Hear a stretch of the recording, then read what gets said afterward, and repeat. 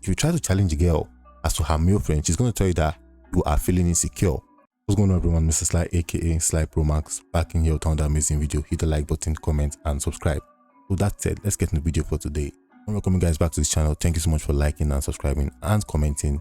It's been amazing. I want to discuss about something important today. Today I'm going to be talking about the 3 categories of girls you should not date.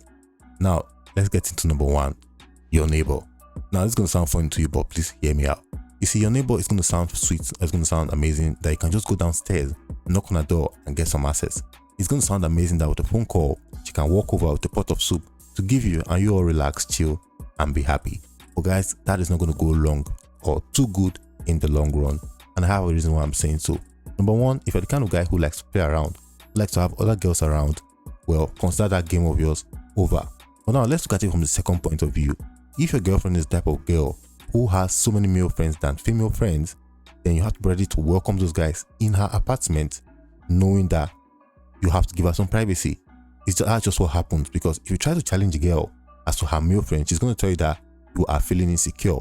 The fun thing is this: when you ask a girl, why do you have more male friends than female friends, she tells you that female friends are bitches or whatever. But that also tells you a lot about herself, who is a female, and she doesn't consider that fact. She thinks, I find it hard to relate with men. Most times she's going to tell you he's a cousin brother. Sometimes she's going to tell you he's even gay, or he's a church member who came to preach to her. Well, they know the gospel they were preaching anyway.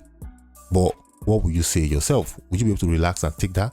I definitely don't think any man will accept nonsense like that. But it is what it is. Number 2 is your church member. Now I know Sister Funke is looking nice, scarf, anointing oil and Bible. But guys, it's not all what she's making it to be to you that she is. Number 1 is why I say so.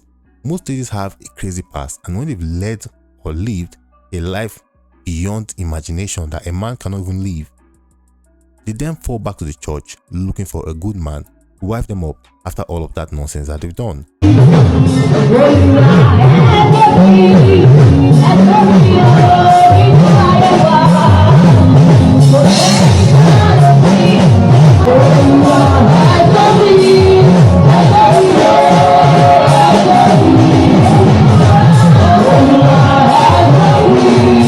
Most men will find this hard to deal with. Why? Because most men want to be the one who opens a woman's eye to the world. That is why back in those days, marriage was done between virgins. But these days, it just goes on anyhow.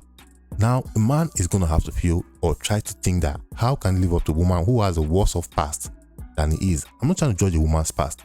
What I'm trying to say is this: as a man, he might not be able to deal with that fact because he feels she has seen so much.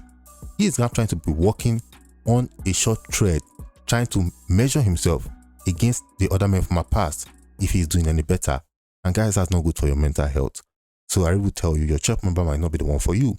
Secondly, why your church member is not the one for you is because if you're the type of guy who wants to dance and dash or smash and dash, well, think about the Asa effect. This is a lady who works in the church actively, who you found and wanted her. But then you slept with her, and then you found out that she didn't have the things that you wanted in a woman. So now you say you don't want to do anymore. Guess what? She's going to spread your story around in the church about how you used her and walked away. And that's not going to be so good for you. The ushers are going to throw you off somewhere in the back chair so you don't come close to the altar because you're a bad person.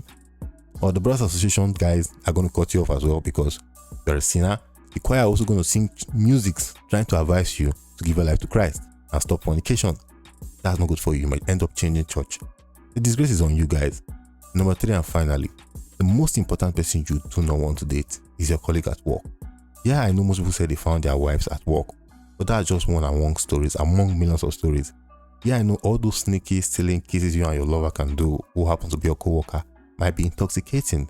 I know you might think that seeing her 5 days in a week and 2 days in the weekend would make the relationship grow stronger, but you are wrong. Like I always say, you get lost from your purpose. Your main aim at work is to be able to learn more, get better, start a business of yours, or move up the ladder, start running things over there. So now you draw your attention, or you're dividing your attention between work and your girlfriend. And when that happens, guys, forget about it. You really cannot be able to grow so much as to walk up within the ladder. You might end up having a problem or get you seen or getting you kicked out of the organization, all because you wanted a woman or you wanted to date a woman who was your secretary.